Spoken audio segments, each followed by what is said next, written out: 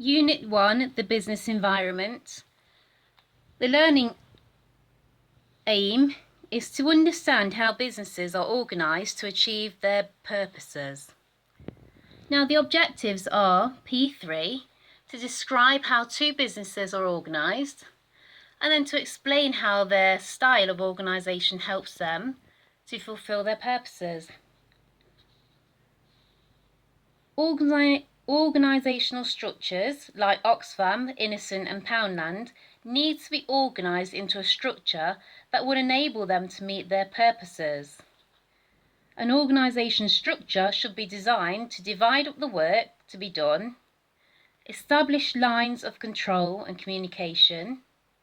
For example, Tesco is organised into teams that procure supplies of fresh fruit for producing the smoothies or groceries in the departments, deal directly with retailers, recruit new people to work on the actual designs and training and development at the workplace, and find out about customer preferences and manage promotion and advertising. This often involves some form of chain of command or line of control. Individuals lower down the organisation will often have to report to a senior before taking action or making particular decisions. So organisational structures are very, very important, and they're important aspects in terms of the communication that takes place within that workplace. Lines of communication refer to who will talk to who in the organisation, and some decisions and plans will need to be made through a team communicating with each other. So the different types of organisational structures are: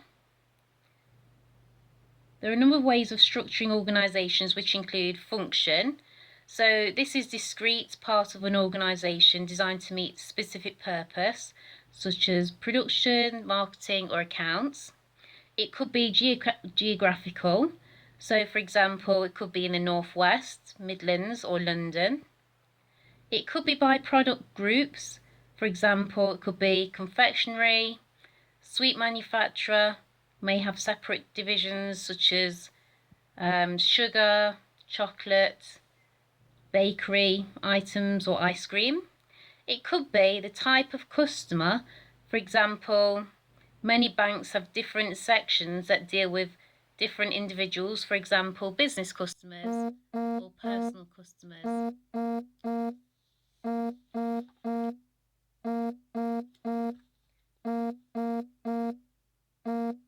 So this is an example of an organisational chart for a manufacturing company.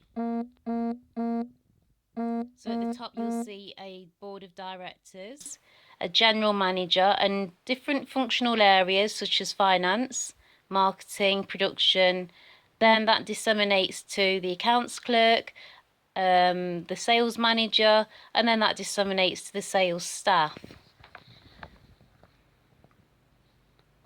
So organisational charts show the main part of the organisation and the relationship between the various different parts.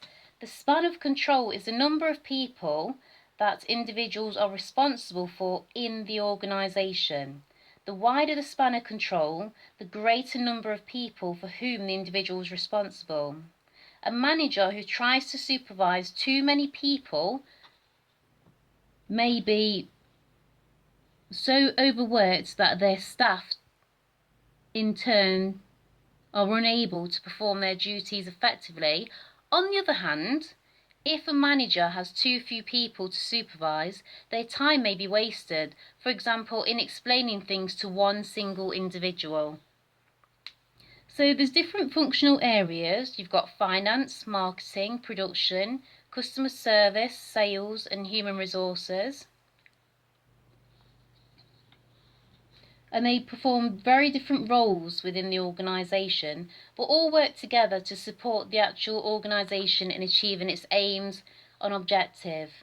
Now, when it comes to strategic planning, the aims of the organisation depend on the type of business they are. For example, the aims of a charity may be very, very different to a profit-making global business.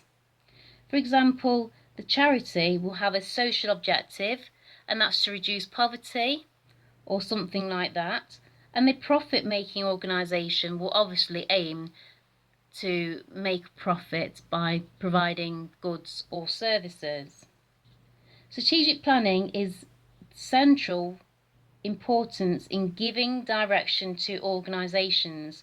A strategic plan is drawn up, and that is for a very long period of time, and that's usually drafted by very senior managers within the organisation, and the plan will typically cover a 5-year period or more.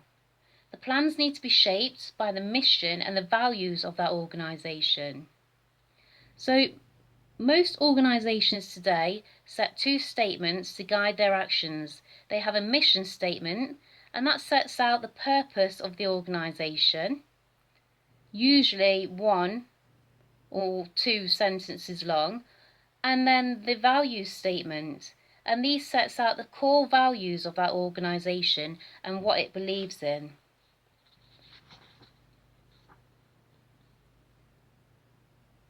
While the mission of an organisation sets out its purpose and the value that it stands for, its aims set out broad terms what the organisation seeks to achieve through its strategic plan.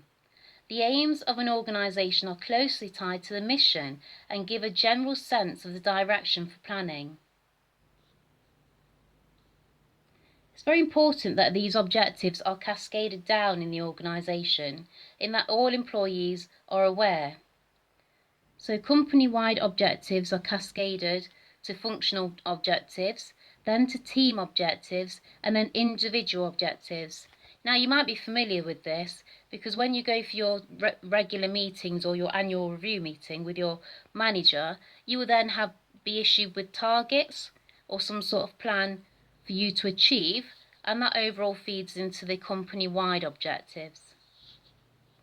So the strategic planning process of an organisation is a process through which major plans are created. Strategic plans involve major decision makers and major resources in the organisation, but the objectives in a business need to be able to be specific, they need to be measurable, they need to be achievable, they need to be realistic, and they need to be time related. So therefore we describe this as SMART objectives. So influencing factors. 3 main factors influence the strategic plan, and these are your stakeholders. So these are people who have an interest in the business environment in which the business is operating in, the business type, and who owns that business. So different businesses have different aims. For example, a private sector aim might be to break even, it might be to survive, it might be profit maximization, or it could be growth.